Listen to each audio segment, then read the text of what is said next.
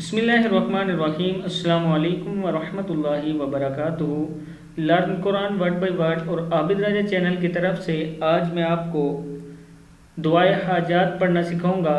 تمام دوستوں سے گزارش ہے کہ اس ویڈیو کو آپ نے آگے شیئر ضرور کرنا ہے تاکہ دوسرے لوگوں تک پہنچ سکے، اور خود بھی ہر نماز کے بعد یہ پڑھا کریں۔ اللہ تعالیٰ آپ کو اس کا بہت زیادہ فائدہ دیں گے۔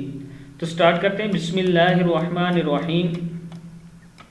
جو شخص ہر نماز کے بعد اس دعا کو ہمیشہ پڑھے گا، خصوصاً جمعے کی نماز کے بعد، تو اللہ تعالیٰ ہر خوف کی چیز سے اس کی حفاظت کریں گے، اس کے دشمنوں پر اس کی مدد کریں گے اور اس کو غنی کر دیں گے، اور اس کو ایسی جگہ سے رزق پہنچائیں گے جہاں اس کا خیال بھی نہ جائے، اور اس کی زندگی میں اس پر آسانیاں کر دیں گے اور اس کا قرض ادا کر دیں گے، اگرچہ وہ پہاڑ کے برابر بھی ہو۔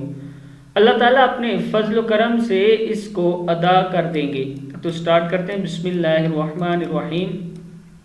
یا اللہ یا احد یا واحد یا موجود یا جواد یا باسط یا کریم یا وہاب یا وہاب یا ذی الطول یا غنی یا مغنی یا فتاح۔